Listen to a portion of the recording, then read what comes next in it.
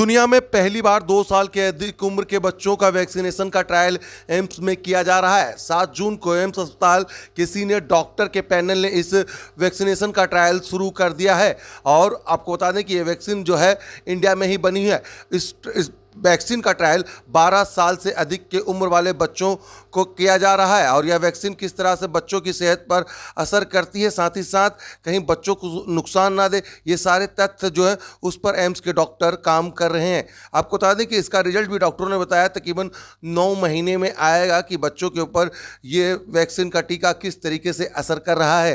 फिलहाल डॉक्टरों ने क्या कहा ये सुनवाते हैं। डॉक्टर संजय राय ने बताया कि किस तरीके से जो इसका ट्रायल है वो शुरू किया गया और इस पर बच्चों का कितना असर होगा और जिस तरीके से माना जा रहा है कि थर्ड वेव आने वाली है जिसमें कि बच्चों को सबसे ज़्यादा खतरा है, उसका भी डॉक्टरों ने खंडन किया है कि ऐसी कोई भी वेव आने की उम्मीद नहीं है। बहरहाल डॉक्टर ने क्या कहा ये सुनवाते हैं।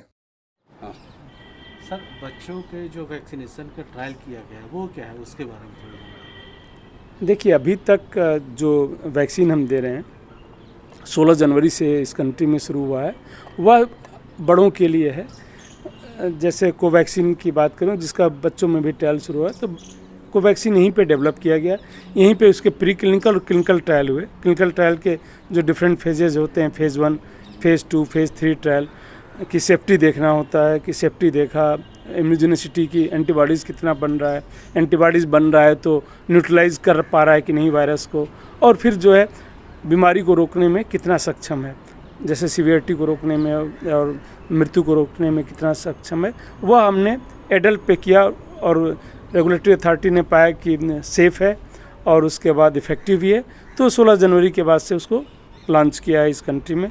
जनवरी के फर्स्ट वीक में ही 3 जनवरी के आसपास अप्रूवल मिल गया था गवर्नमेंट की तरफ से इसको लॉन्च करते। लेकिन बच्चों के लिए जो है अभी तक हमारे पास कोई ऐसे वैक्सीन नहीं है जिसको हम कहें कि सेफ़ है या इफ़ेक्टिव है।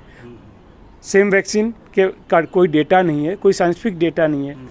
बच्चों में हम दें तो क्या बच्चों के लिए बिल्कुल सेफ़ है या बच्चों में इफ़ेक्ट करेगा, हो सकता है बच्चों में बिल्कुल ही कारगर ना हो या हो सकता है और भी बेहतर कारगर हो।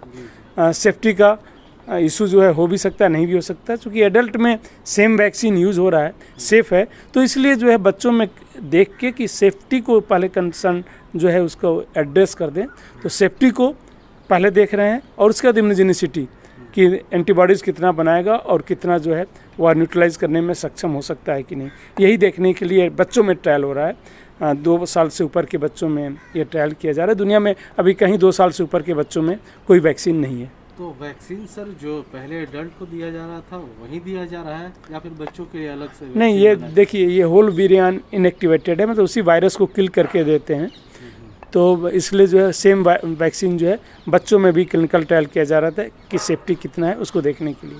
आज जो सर टेस्टिंग की गई, कितने बच्चों पे किया गया और आगे का इसका जो प्रोसीजर है वो क्या होगा सर? वो देखिए, करीब 500 कुछ सैंपल साइज़ है, मल्टी सेंटर की स्टडी है, तो बाकी भी सेंटर से रिक्रूटमेंट होता है।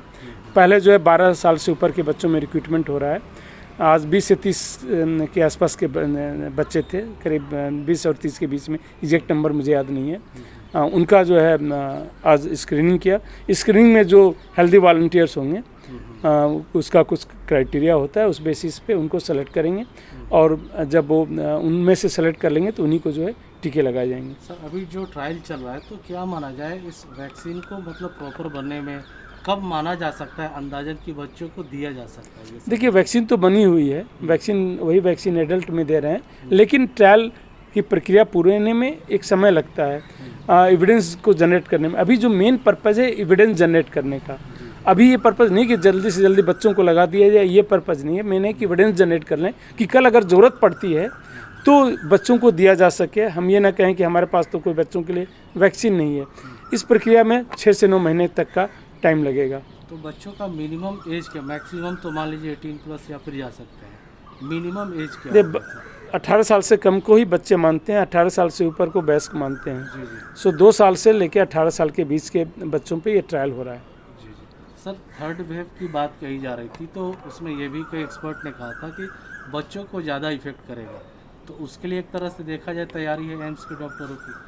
नहीं, देखिए थर्ड वेव या कोई भी फोर्थ वेव या एर्थ वेव कब आएगा उसका एक साइंटिफिक पहलू होता है, कोई वैज्ञानिक आधार होना चाहिए जी कि क्यों आएगा। जी कोई भी वेव तब आता है जब आपका ससेप्टेबल पॉपुलेशन हो। ससेप्टेबल पॉपुलेशन कहने का मतलब ये है कि वह जो है कितने लोगों को इन्फेक्शन हो सकता है। अगर बच्चों को अभी तक इन्फेक्शन नहीं हुआ है तो डेफिनेटली जो थर्ड वेव आएगा बच्चों को इफ़ेक्ट करेगा। जो भी एविडेंसेज हैं हमारे पास, चाहे वो ICMR ने सीरो सर्वे किया, दिल्ली गवर्नमेंट ने सीरो सर्वे किया, बाकी स्टेट गवर्नमेंट ने भी सीरो सर्वे किया हुआ है। सीरो सर्वे का रिजल्ट बताता है कि बच्चे जो है एडल्ट से ज़्यादा ही इन्फेक्टेड हैं कहीं पे भी। जैसे नेशनल सीरो सर्वे ICMR ने किया था, 24% के आसपास जो है एडल्ट थे और 27% के आसपास बच्चे थे। वैसे ही जो है दिल्ली के सीरो सर्वे में 51% के आसपास एडल्ट थे और उससे ज़्यादा जो है बच्चे थे। तो ये कहना कि बच्चे जो है अभी तक इन्फेक्ट नहीं हुए हैं इसलिए उसका जो है थर्ड वेव आएगा और बच्चों पे जो है ज़्यादा असर करेगा, इसका कोई वैज्ञानिक आधार नहीं है। और कोई पब्लिक हेल्थ जो इसको डील करते हैं वह लोग नहीं कर रहे हैं। ICMR के यार आपके NCDC के डायरेक्टर जो इन सबों को देखते हैं, NCDC ने नहीं कहा, किसी ऑफिशियल इस टाइप के लोगों ने जो पब्लिक हेल्थ में काम करते हैं, मैंने नहीं सुना, मैंने नहीं कहा। इसका कोई साइंटिफिक बेसिस नहीं है। ये क्यों आ रहा है कि थर्ड वेव ज़्यादा होगा?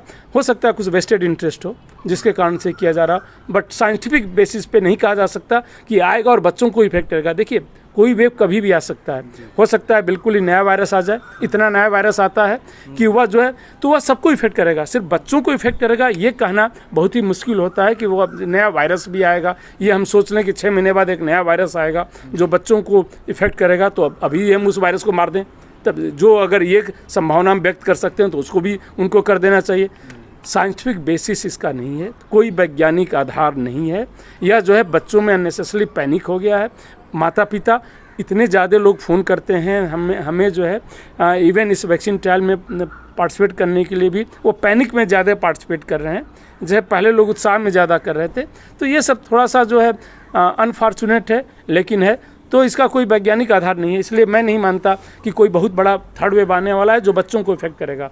अगर नया वायरस आया तो किसी भी ग्रुप के लिए वही कर सकता है और उस समय फिर वैक्सीन ये जो है वो कारगर नहीं हुआ, क्योंकि थर्ड वेव आएगा वह नेचुरल इन्फेक्शन को अगर बाईपास कर दे रहा है तो वह किसी भी वैक्सीन को भी बाईपास करने की क्षमता रखेगा वह वायरस।